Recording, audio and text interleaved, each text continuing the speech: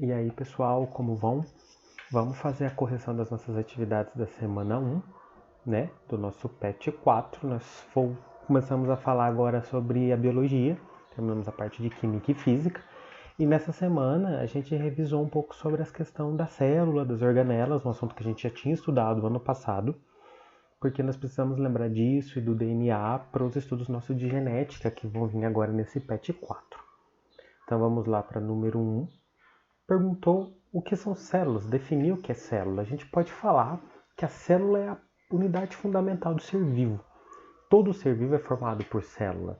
É a unidade básica dele. Se a gente pensar no ser vivo como um grande quebra-cabeça, cada pecinha é a célula dele. Então a célula a gente fala que é a menor parte estrutural e funcional do ser vivo, porque é a menor parte que forma o corpo e que tem um funcionamento independente. Até você vê que cada célula da sua pele, do seu cérebro, do seu coração, ela tem um funcionamento dela. Então células são aquilo que formam os seres vivos. Número 2. Qual é a função do citoplasma? O citoplasma, pessoal, só para lembrar, é essa região aqui no meio da célula. Tanto a célula animal, essa laranja na bacteriana, ou essa verde mais clarinha aqui no meio na vegetal. É onde vai estar as organelas celulares, né? Ele vai abrigar as organelas.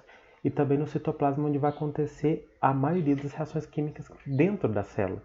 Muitas reações de produção de coisas acontecem ali dentro, transporte de substâncias para lá e para cá, porque o citoplasma é a região interna da célula, entre a membrana, a parte de fora, e o núcleo, ali onde está o DNA. Então, a grande parte da ação da célula acontece dentro do citoplasma. Então, essa é a função dele, abrigar a organela e ser onde acontecem várias reações químicas.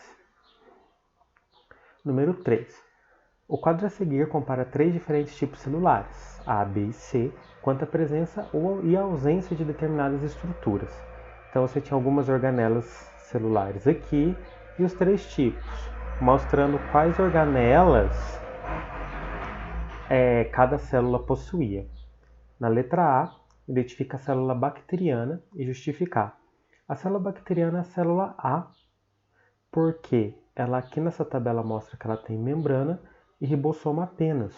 Células sem muitas organelas são bacterianas, são procariontes, mas a principal característica que define uma coisa da outra é esse aqui, ó, ausência de núcleo.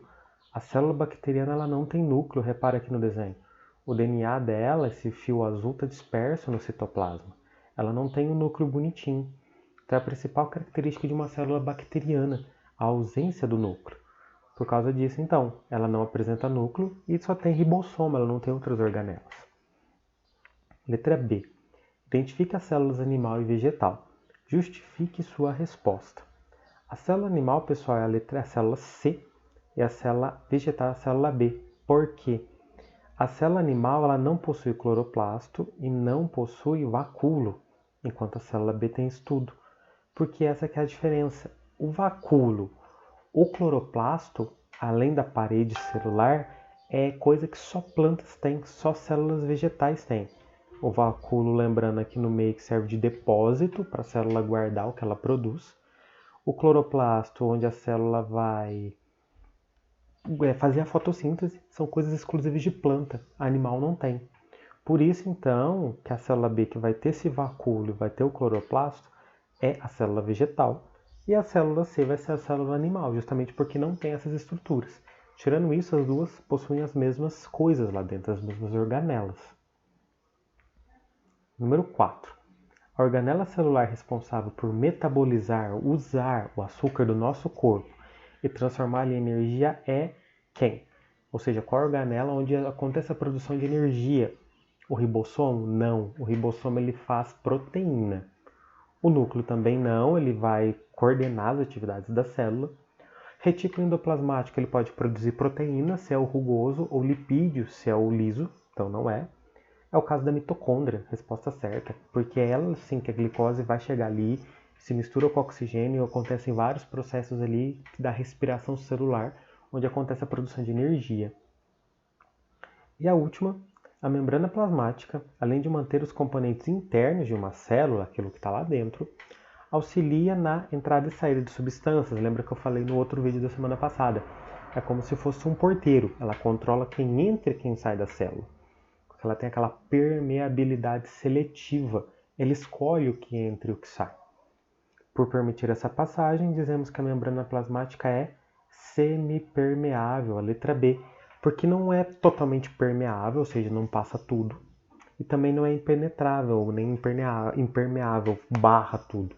A membrana ela escolhe o que entra e o que sai. Algumas coisas vão para dentro, outras coisas saem, coisas são barradas. A membrana consegue saber disso. Em cima dela tem muita proteína, muita substância que faz essa comunicação dentro e fora para saber o que precisa ir para dentro da célula, o que precisa sair. Então, por isso ela escolhe, ela tem essa permeabilidade seletiva.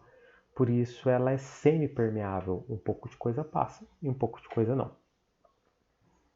Essa semana foi isso, pessoal. Pouquinhas atividades. E espero que tenham entendido. Qualquer dúvida, vocês sabem, é só me chamar. Não se esqueçam disso.